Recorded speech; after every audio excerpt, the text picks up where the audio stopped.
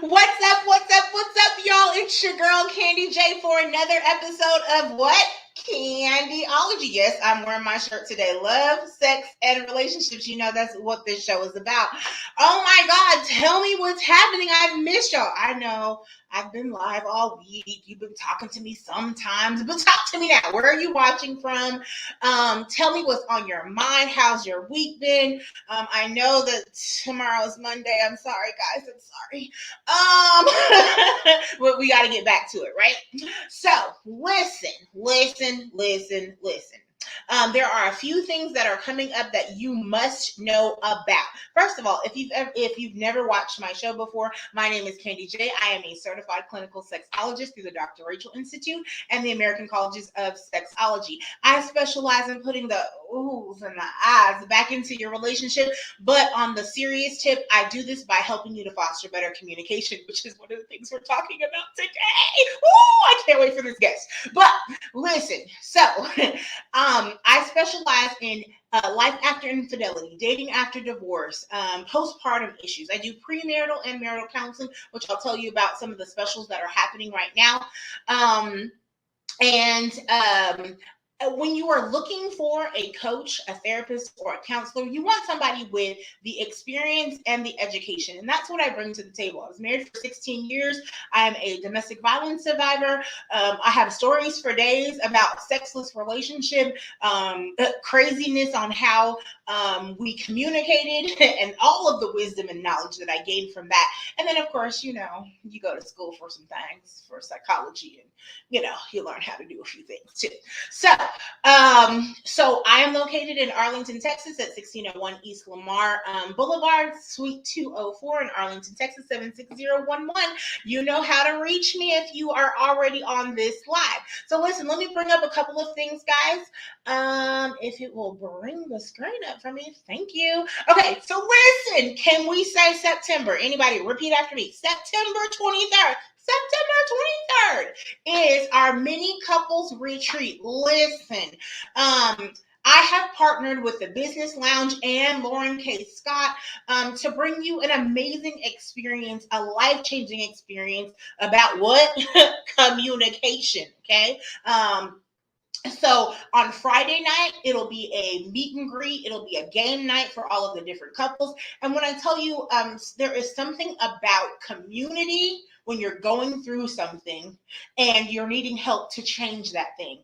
You gain so much wisdom when other people are going through the same thing around you and can give you a different perspective on some things, right? So that's one part of it. But then on Saturday, can you say Saturday?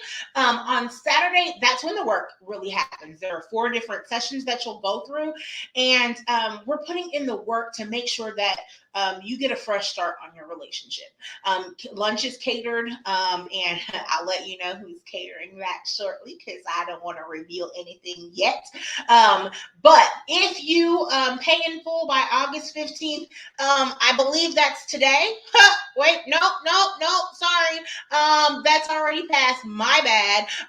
If you pay now, it's a payment plan of $557. You don't have much time. If you use Afterpay, $497. It's $497. No, yes. Okay. So tomorrow is the cutoff for paid in full by August 15th. Okay. Thank you. No, I was just joking. So listen, next thing we have premarital counseling. Okay, so last week I started with a group for premarital counseling. So if you missed last week's session, it's okay. You still have time to get in for the group option, right? The virtual group option is $400, so that's half the price of the in-person counseling. So the 2 different things is how this works. In the group, again, community, $400 for 8 sessions. So that's really $50 a session, guys. That's a steal, right? On the other hand, you're coming in person, you're coming with just you and your significant other for 8 different sessions. They're all 1-hour sessions, and you're paying $100 a session. It's actually still a discount to what my normal price is. So we're going to cover finances and budgeting, family and friends, being a teen, children, faith and values, expectation, gender roles, intimacy and sex, communication, conflict resolution, which my special guest today is one of those experts on. And so I am so excited to offer this to you guys in the state. If you are with me in the state of Texas, they will waive the 72-hour hold to get your license, which can be a pain in the butt if you forget to go in advance. And you get $60 off of your license. And in the state of Texas, it's anywhere from $65 to $85 to get your marriage license. So you do get money off there. So those are the ways to reach me on the left-hand side of the screen. All right, last thing, guys. For the month of October, I am only taking 5 people in my Spice course. I really wanted it to be an intimate setting, so that's only 10 people in the group. And my Spice course is about sensuality, passion, intimacy, communication, and excitement. Sensuality, we're talking about the 5 senses.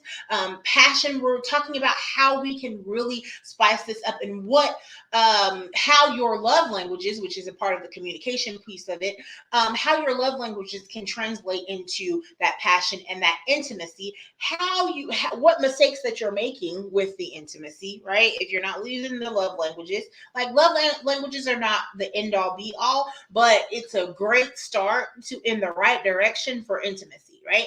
And then excitement. How many of you have been with the lights turned down low and all you hear is, oh yeah, right, okay, ooh, That's not how it should sound, people. Okay, so I'm showing you how to bring the excitement back into not only your relationship, but also in the bedroom. So it's a 90-day course. You get one-on-one weekly calls with me. You get the group interaction with me weekly. Actually, it's daily. And then you get 2 products from Bedroom Candy to help you with some of the things that you need to spice things up. And then you get a copy of my Spice Journal included in the price. So same way I'm doing for the payment plan for the mini couples retreat. You'll get payment plan available for $25.37.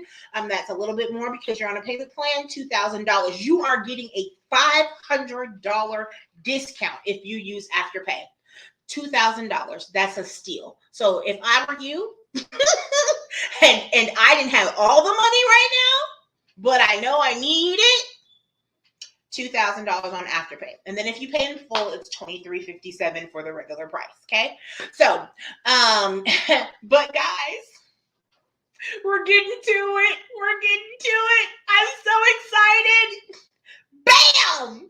Can you say Jennifer Furlong? I hope that you actually sung it in chorus with me, sung her name for me. So she's an author, a speaker, a CEO of Communication-24/7, and I will let her tell you all about who she is and what she does coming up right now. Hi, Jen. What's up? I want candy. I want candy. Wow. I love the energy. That is awesome. And by the way, I wish I lived in Texas so I could attend some of your stuff in person. That sounds amazing. Gotta make a trip, girl. Just make a trip, or I can come over there and you can just get all the candy energy over there too. That's right. No, thanks for having me. I'm really excited. I'm super stoked about being on your show because communication, that's what I do. That's my jam. I'm a communication specialist, been doing this for 30 years. I taught communication as a professor, teaching public speaking and human communication and business communication, all those things for 18 years. My bachelor's and my master's is in communication. So my whole life has been focused on communication. So what I do now is I go into different organizations and I help their workforce become more competent and confident communicators. So that helps the organizations manage their most difficult communication challenges. One of the things that I've noticed, though, when I do these workshops is inevitably somebody in the workshop will say, I'm going to try that at home. I'll be like, do it. And then tomorrow I want a full report. So a lot of the things, even though I primarily operate in, the organizational realm and going in and talking to the workforce, communication is communication. That's the one thing that I have learned. It is a skill, just like any other skill. We got to work at it to get good at it. And if we focus on that, it'll make a positive impact on our professional lives as well as our personal lives. So I just appreciate you inviting me on the show and having this conversation. And I'm looking forward to seeing where it leads. I don't know. I might be a little scared. Oh, well, if they've ever watched the show before, you just never know. Like, you never know. I'm so excited, but wait, we'll be right back.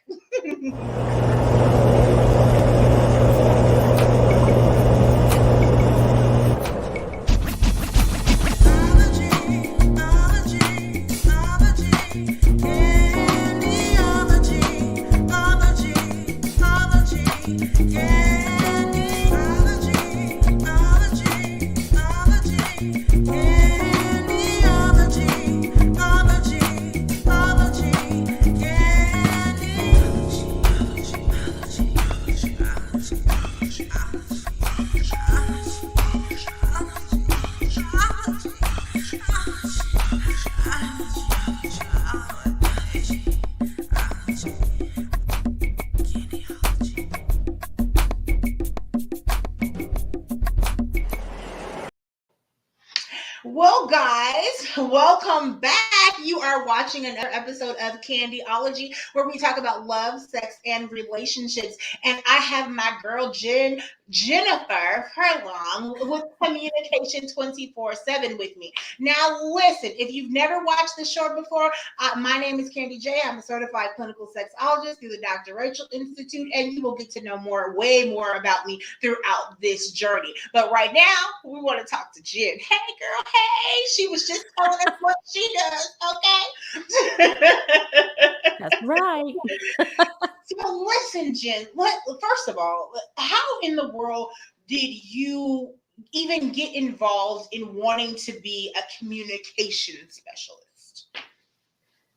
It's certainly not something that I set out to do initially. This wasn't the plan.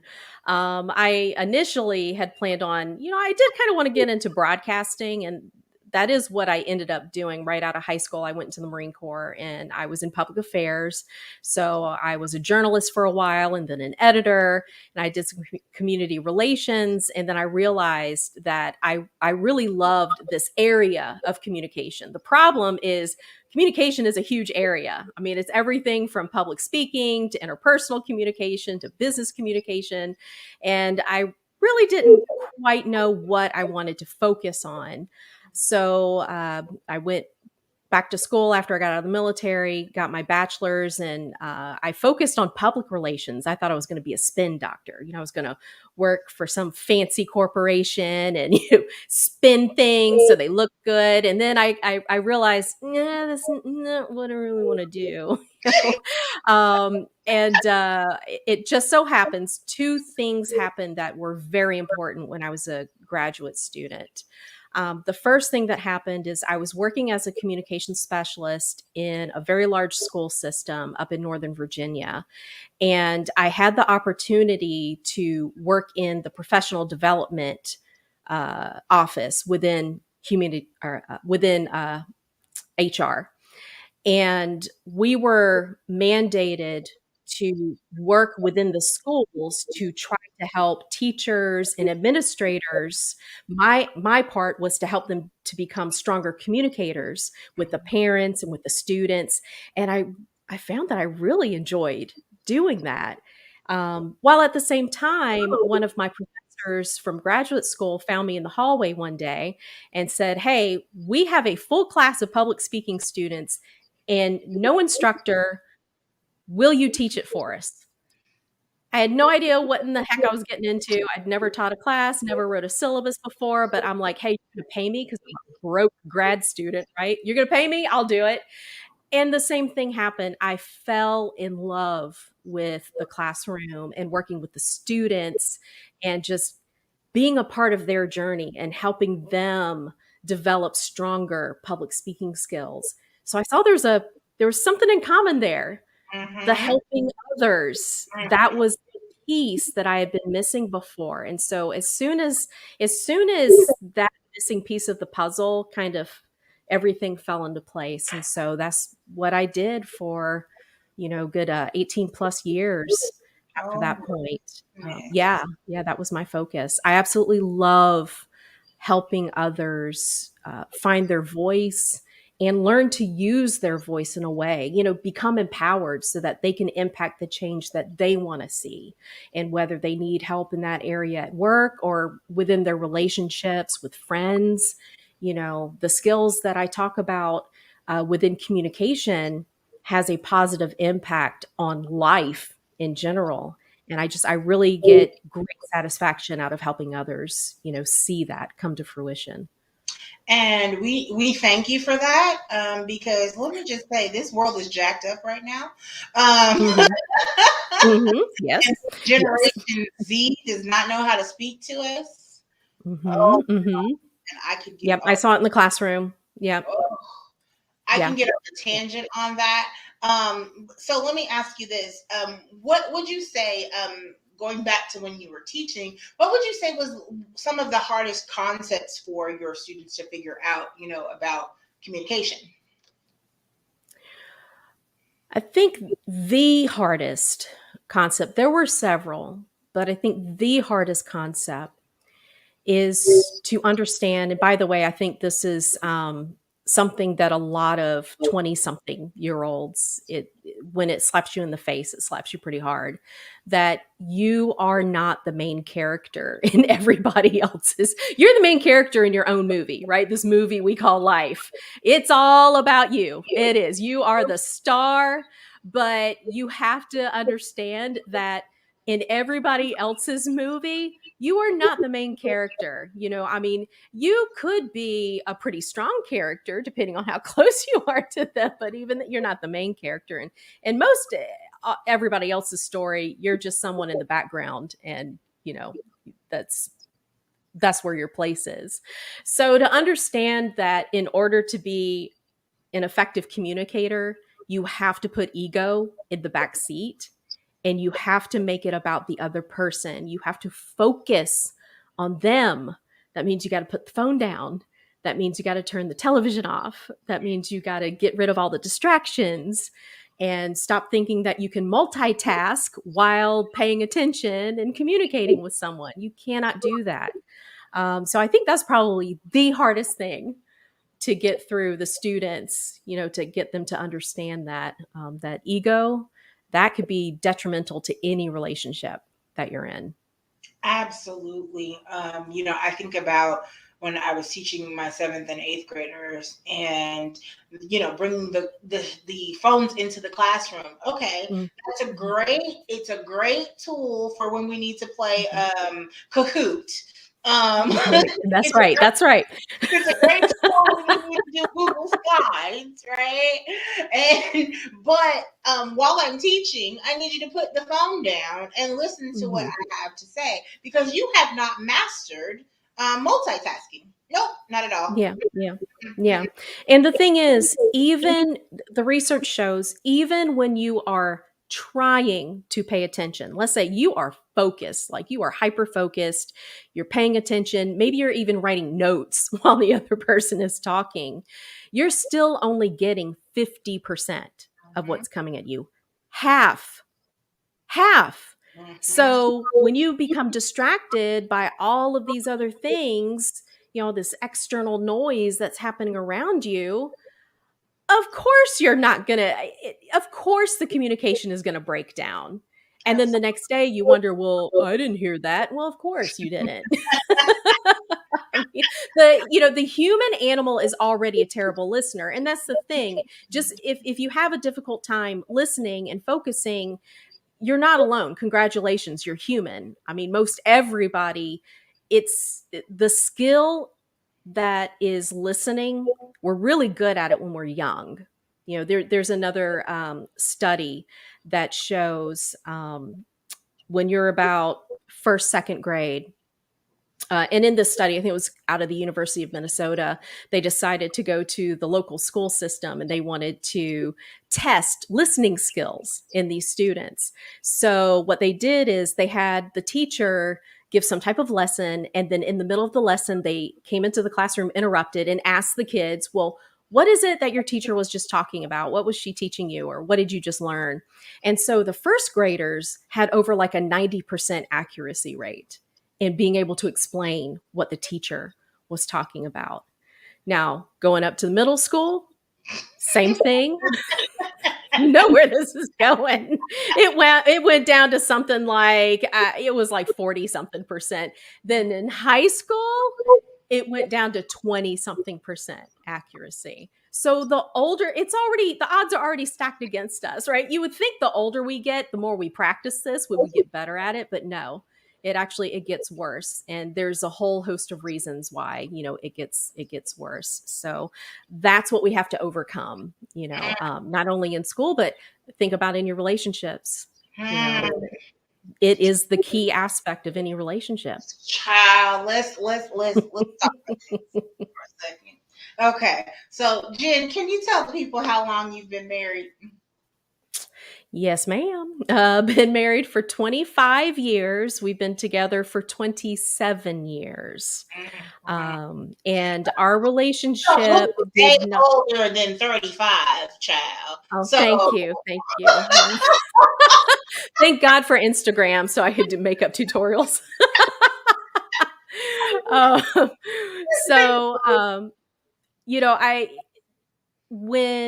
When Greg and I got married, now our relationship, it is not traditional, our relationship. We had known each other for about 6 months. We were really good friends to start out with, and we just enjoyed each other's company. We liked hanging out. And as a matter of fact, he even tried to hook me up with one of his friends because, I was a Marine veteran. His friend was a Marine veteran. So he's thinking, you two will have a lot to talk about. And it didn't work. But then one day, one thing led to another. One evening we were hanging out, had a few drinks, and then, we got a little romantic. I like to call it romantical. Got a little romantical that night. And the relationship started blossoming into something more than just friendship, but I got pregnant. And it was about, it was literally, it was so early in the relationship. And so it was like, oops. And then, and we had not planned to get married. Oh, wow. My mom was like, when's the wedding? And I was like, whoa, no, we had not planned to get married because both of us had agreed we would rather stay really good friends and be able to raise the kid together, and not mess him up by, being just angry and possibly, just a terrible relationship because we forced a marriage. Mm-hmm. But then fast forward, a little while later, oops again. And after I got pregnant with our second child, we kind of looked at each other. We're like, maybe we should get married. But we were engaged for like a year and a half. And I was 4 months pregnant with my daughter, walking down the aisle in my white wedding dress. Yes. But I think it's a testament, if you really think it through and have those conversations, like the realistic conversations about what does this mean? We're having a baby. This means because we were like having a great time. We were partying all the time. I mean, and so it was like, okay, I think our lifestyle is going to have to change a little bit, so we really had to have some heart to heart discussions about what this truly meant. So then by the time, our kids are only 13 months apart, so they're just about Irish twins. But by the time we did finally tie the knot, we had had enough conversations and we had been together long enough. We had lived together. We kind of knew it was going to be difficult. We knew it was going to be difficult because we were in the thick of it. But by that time, we were committed to making it work. Both of us wanted to have that family unit and we wanted to make it work. So I think that was the foundation. If we had gotten married right away, I don't think it would have worked out. I really don't. So, and this is amazing because I was just having a conversation with Ellie Brown last week, and this is what she was talking about: how her and her husband were friends beforehand. And I was ranting and raving because, listen, I think friendship is the foundation of any great romance. Any great thing that's going to lead you down the aisle, I feel like, starts with a good friendship.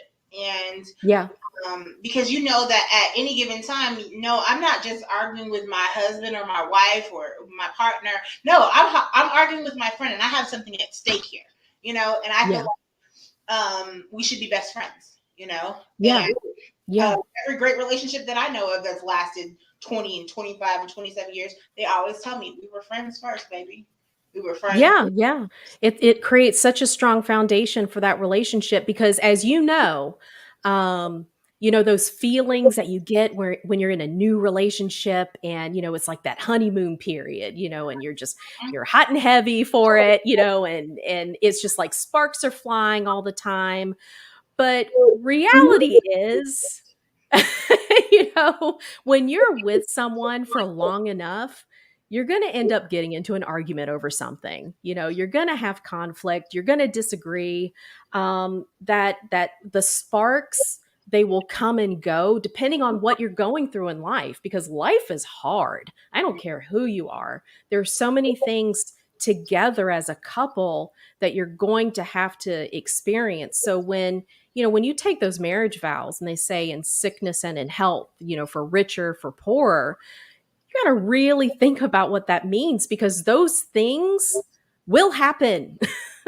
They will happen. And it's easier to handle those things when you have a relationship that's built on that strong foundation of friendship and trust and respect. And like, this is my go-to person.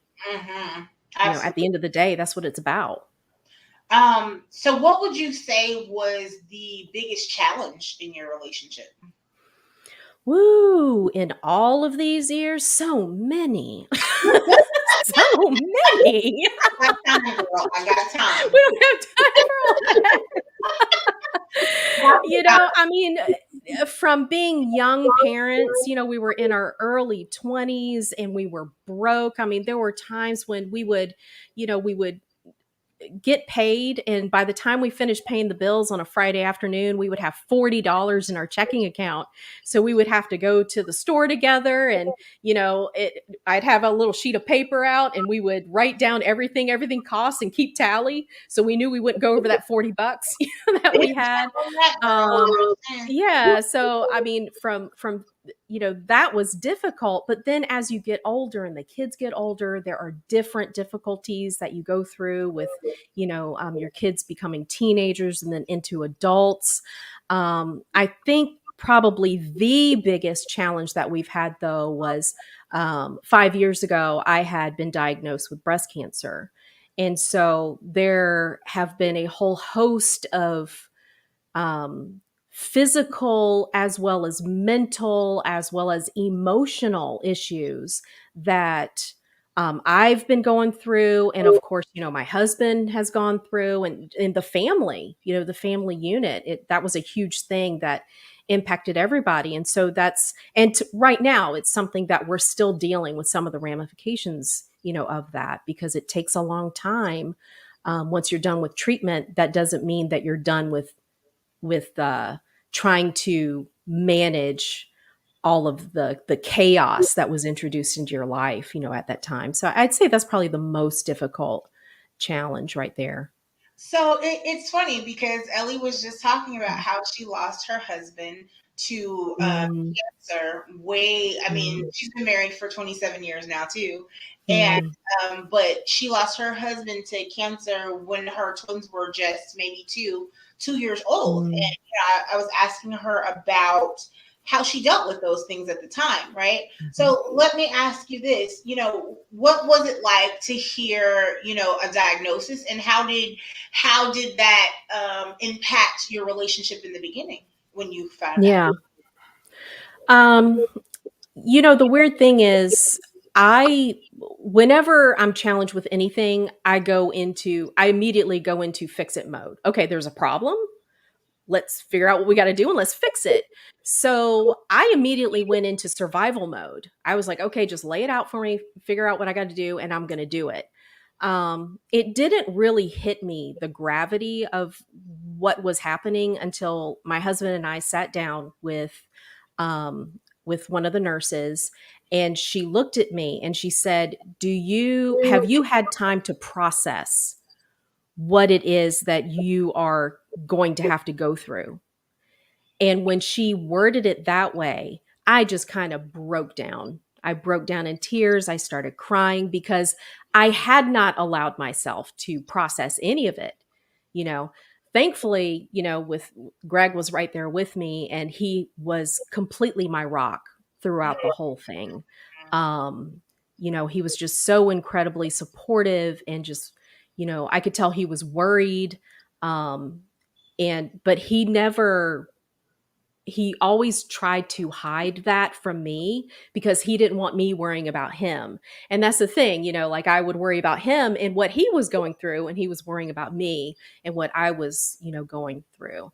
Um, so I think, that's really how it began. Immediately, we just started thinking about each other and thinking about what is this going to do to the family? Like how is this going to impact everything? We had so many things that we had to sit down and talk about. So that was the key, though, is we sat down and talked about it. Like, what does this mean for both of us? And so, you know, we talked it out, and then it's like, okay, let's get back to the game plan and figure that out. So what did that conversation look like and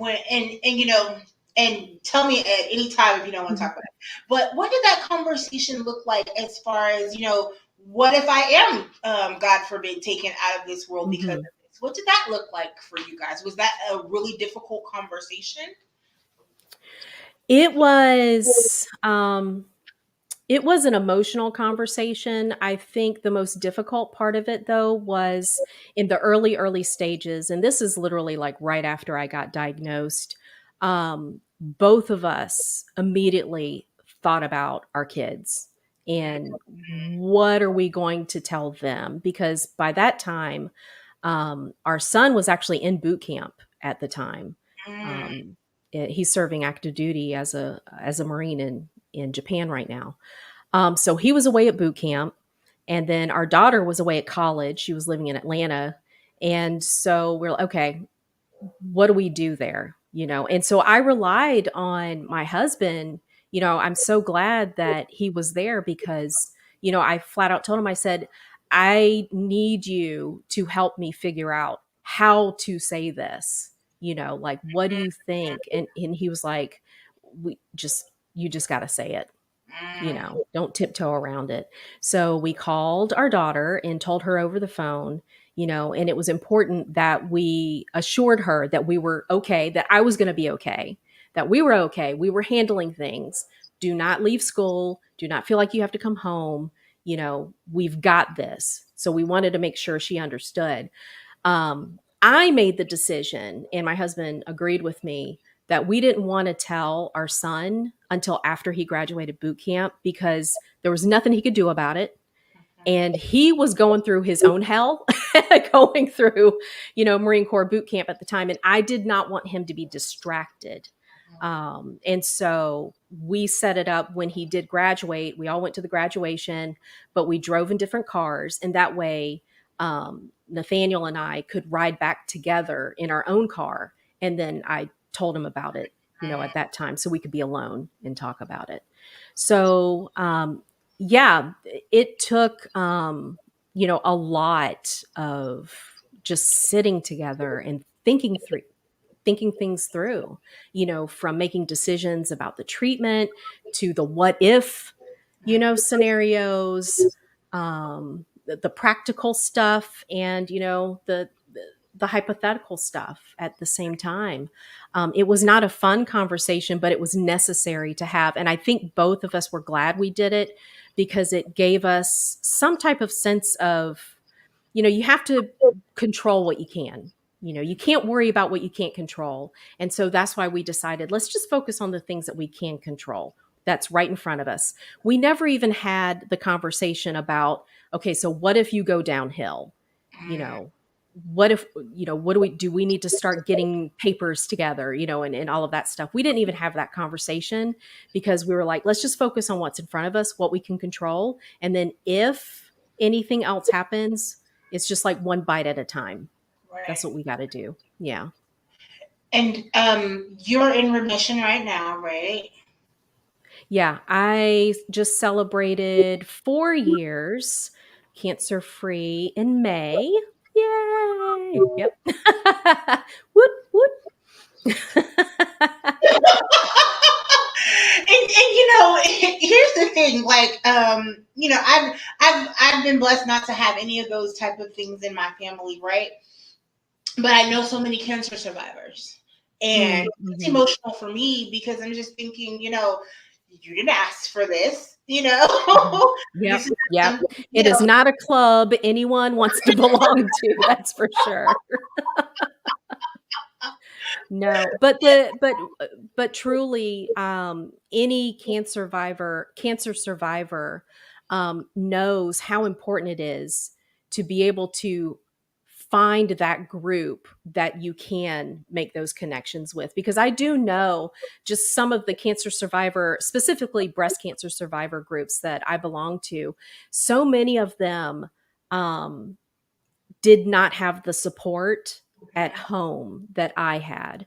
And that's not to say that it was all, rainbows and butterflies and, cotton candy and all of that. I mean, we had our moments where we ended up getting into really bad arguments because both of us were just on, we were running in the red, stressed out, worried, and so of course, eventually you're going to have some type of an explosion, but then that's when you rely on your ability to, okay, let's talk this out because I recognize that both of us we're having a hard time here.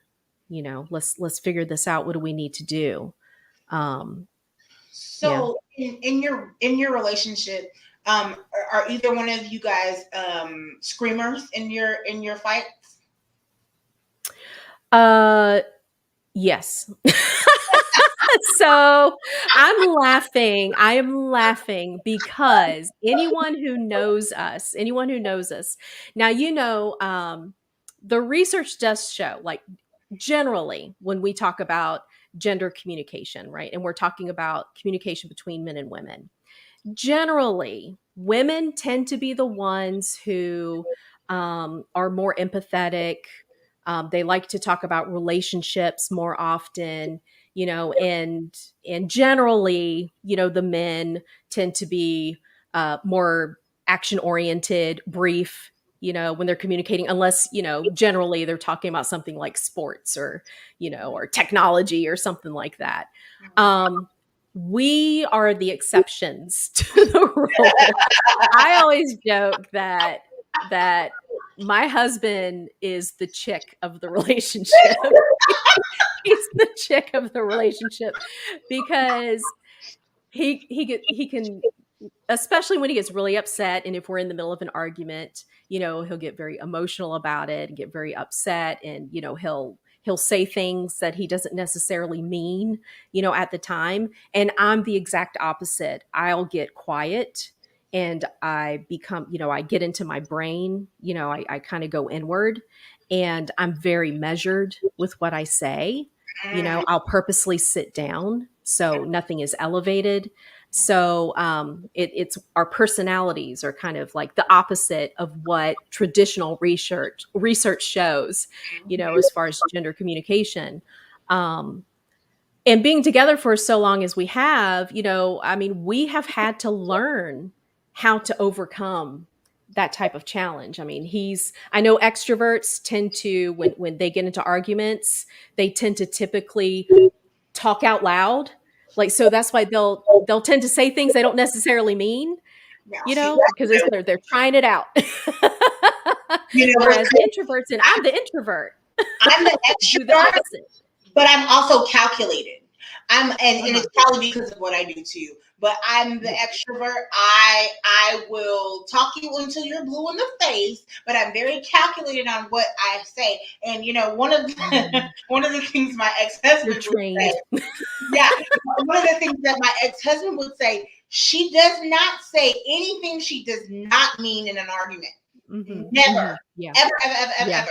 I will hit you with the truth, but I'm not one of those people that are going to be like, oh, that's why your mama ugly. And that's why you can't. You're right. I'm not one of those people. That's right. Yeah. Yeah. But what Yeah. I will tell you is, no, you shouldn't have done that. I will never forget Jen. Oh my God. I have to tell you this story. So I think on your show, I revealed that I've been cheated on and I've been the cheater, right? Mm-hmm. And Mm-hmm. so my ex-husband had cheated on me like maybe a year and maybe 2 years before this happened. And I wasn't getting anything that I needed and I wasn't being fulfilled, and he wouldn't have conversations about anything. So I was like, you know what? I'm just going to go get in my conversation and some other things from this person that will listen, right? And so since he cheated on me, you know what? I said I would never cheat on him, but you know what? I'm done because he's done this, right? So we're in the middle of arguing. I don't even remember why we were arguing, but this man said, and did you cheat on me? And I said, yes, next question.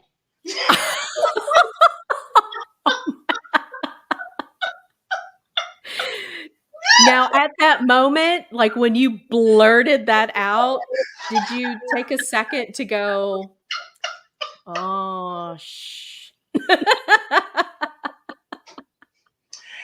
Yeah, but it was already said, and he also knows that if you don't want to know the answer to a question, and especially in a heated argument, I don't think lies. My lies do not come out of my mouth when I'm arguing. It's always the truth that comes out. And so you were the crazy one to ask me this question. If you didn't really want to know, then you shouldn't have asked the question.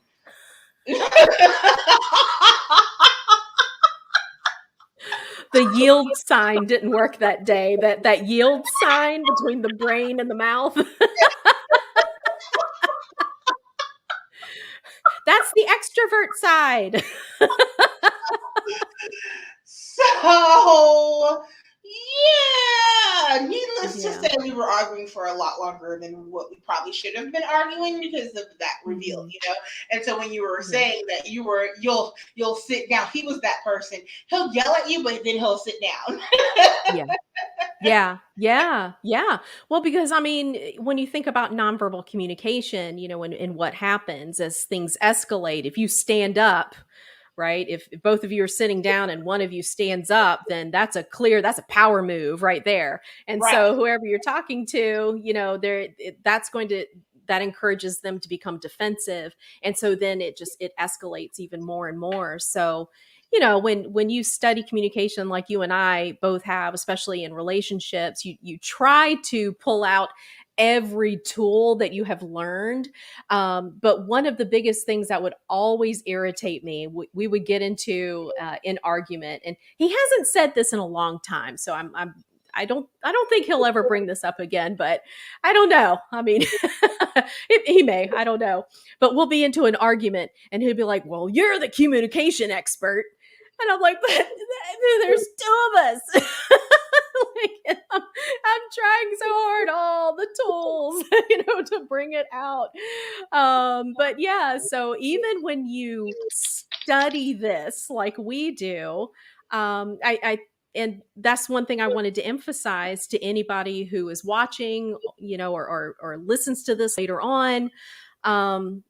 You have to be realistic that you are in a long-term relationship and there are two human beings.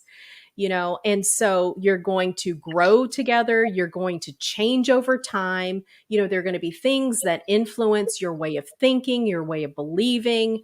Your core values might not change over time, but you definitely are going to change over time. And so it's so important to be able to see the red flags when the friction is beginning to happen, to be willing to have the conversations and talk things out and listen, to the other person. But, the perception that if I can only find the right one, when I get married, it shouldn't be work.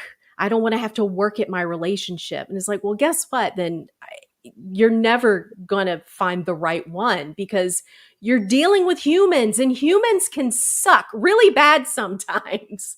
Even the one that you're married to, or the one that, you've been in a relationship for a really long time. I So don't know. you got to have that realistic idea. I don't know about you, but that's kind of the worst thing that you can say to me. That you're Mm-hmm. the counselor, you're the coach, you're the therapist, you're the communication expert. It's like the worst thing that you can say to me, Yeah. because I'm human though, and Right. Yes. we're having an argument, and you're participating in this argument as well, because we're disagreeing about something, Yeah. and who thinks it's going to be rainbows and unicorns every day? It's just not. That's right. And Yeah. if we can work It's not. through that, then utilize the tools that we have. Let me ask you this, Jen. What would, if you and Greg would counsel someone, right? What would be one of the things that you would say to, a married couple, and they're in the middle of an argument? What would you say to them?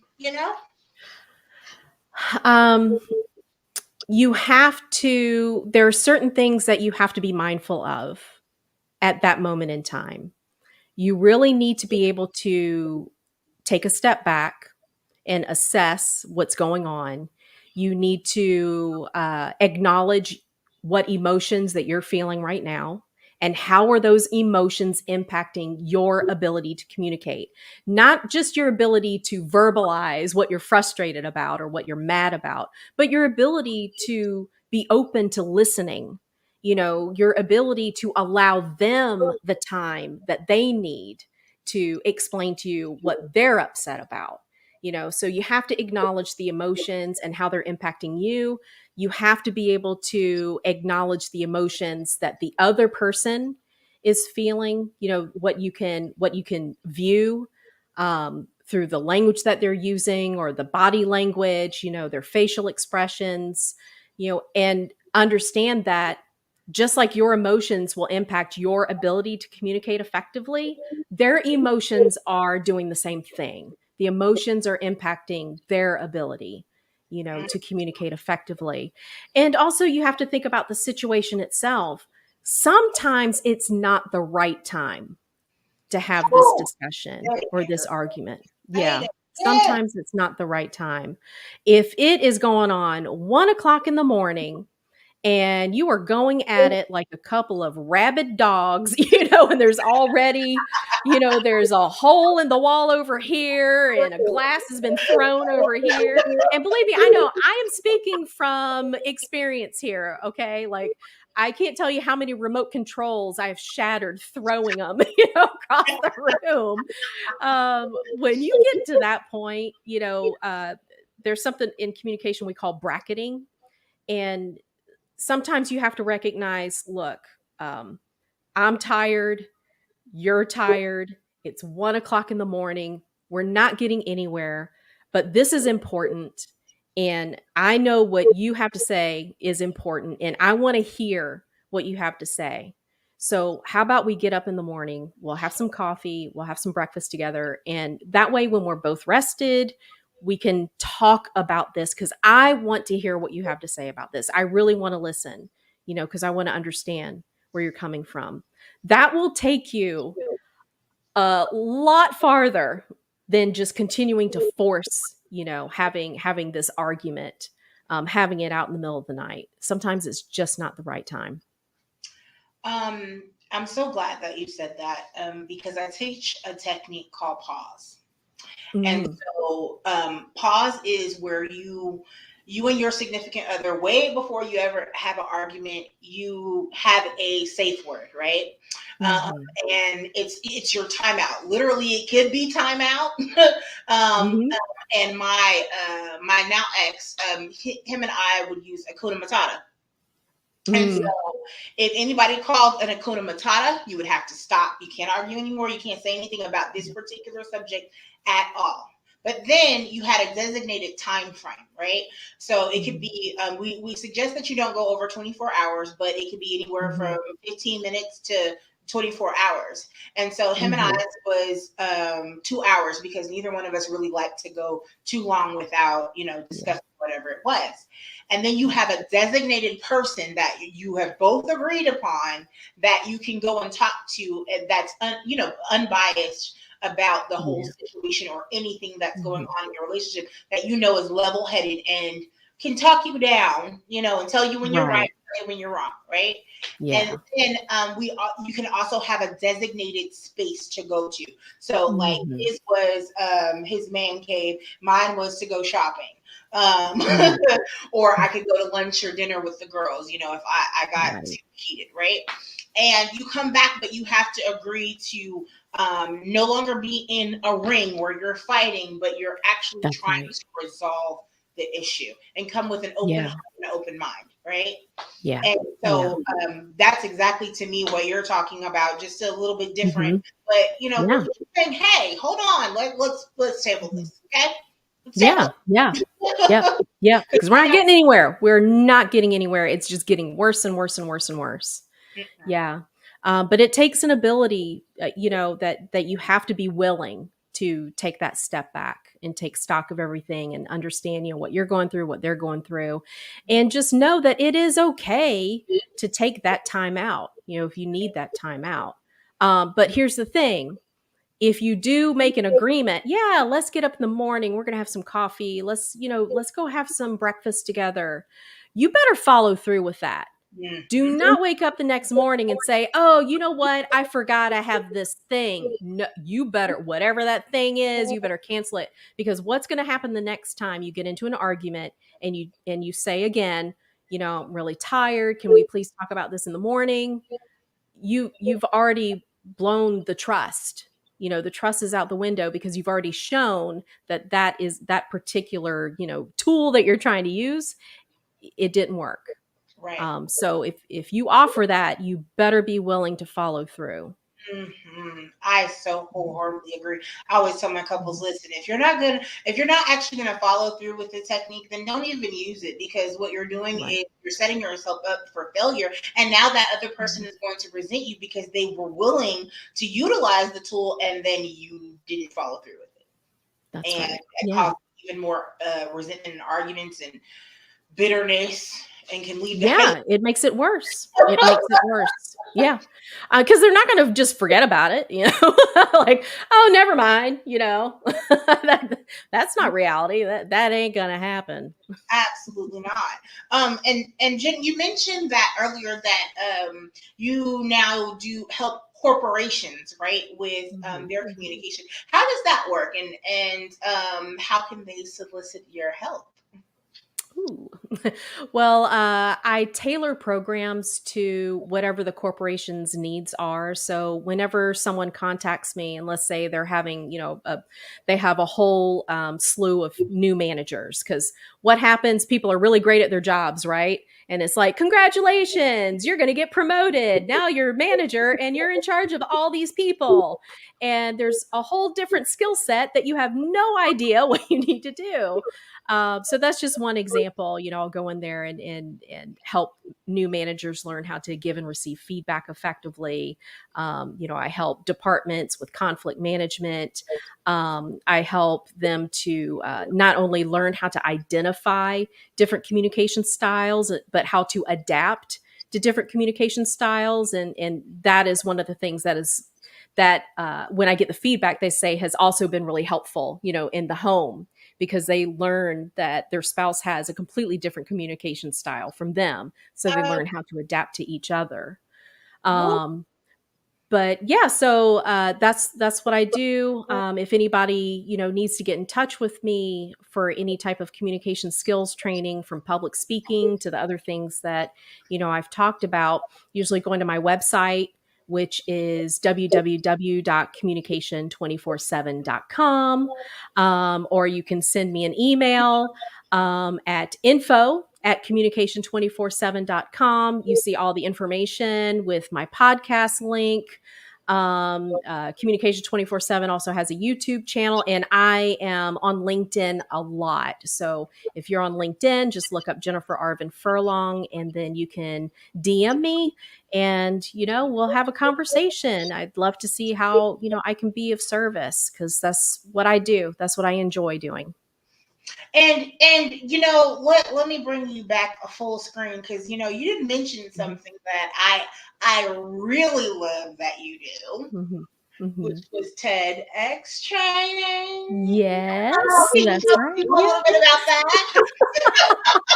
Yeah, I did a TEDx talk in 2017, and I am also a TEDx coach now. And so I help people, once they're accepted as a speaker at a TEDx event, I help them try to narrow down their focus. If they still need a little help, with the talk that they're putting together, with their speech, just involved in that process. And then when they get to the point where we're doing dress rehearsals and trying to help them feel more comfortable and confident on the stage, I help them in that area as well. So yeah, TEDx is a great organization. I love being involved with that organization. Now listen, I have talked to a few people that don't know what TED or TEDx talks are. Can you explain just a little bit to them? Yeah. Wow. It's hard to imagine someone doesn't know, right? They've been around for forever. So the TED organization, I can't remember exactly when the organization started, but the idea is it's ideas worth spreading.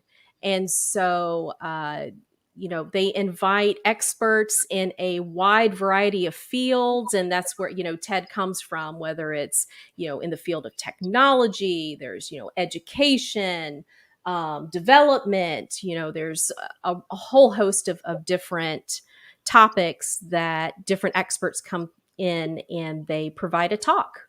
And so the TED Talks are an amazing collection of speakers, and they go from 5 minutes to up to 18, 20 minutes. Some of them are a bit longer, but you're guaranteed to listen to something that you're going to be able to learn. It helps you grow. It helps you to get a different perspective on different topics. So if anybody ever has a chance to just go out to Google, Google TED Talks and just listen to or watch any of them out there on YouTube, and I guarantee you'll find a collection that's really going to speak to you. But yeah, that's what TED Talks is all about, and it's free. If anybody wanted to be a TED speaker, that is free. If you want to attend a TEDx event, then typically you'll purchase a ticket, and it's usually an all-day affair, but it's awesome. You get to see the speakers live, and usually there's like a lunch in the middle of it. And it's really a great experience. I think everybody should attend a TEDx event that's close to them, at some point. Yeah, and for me, I've seen ones that have made me laugh, they've made me cry, they pull on your heartstrings, and something will reach you, like you said, and make you grow, definitely. And it changed my perspective on some things too. So it's a wonderful organization, and I'm working to get there where Miss Jennifer is. Oh, you're going to get there. You're going to get there. You will be on that stage, no doubt. Well, Jen, first of all, I want to thank you so much for being on my show today. Guys, here is a recap of where you can find all of her information, communication247.com. You can go watch her wonderful podcast. I mean, she got some things on there that will make you grow too. I promise that. Riveting conversations. Oh, and I was just on there not that long ago as well. So catch that conversation. But definitely connect with my sister from another mister. And if you need to reach out to me, you can always get to candyologycs.com for relationship intimacy and life coaching, premarital counseling, marital counseling, all kinds of things. It's all on that website. And all of my links are Candyology CS, except for YouTube, which is Candyology Radio, Candy Jet. And so I want to thank you again, Jen, for coming through. Thank you. Guys, next week, Miss LaFrida Williams of Mary Kay. Now, she's like one of those people that are top in the $1 million club from Mary Kay, and her husband, I want to say 25 years. I want to say they will be on my show next week. I'm so excited. Y'all know, anytime I get a chance to talk to couples, I'm like, okay, what's wisdom is going to come out of your mouth? But so tune in next week at 8 p.m. Central Standard Time, 9 p.m. Eastern. And I am wishing you love-filled days and orgasmic nights. Have a great day.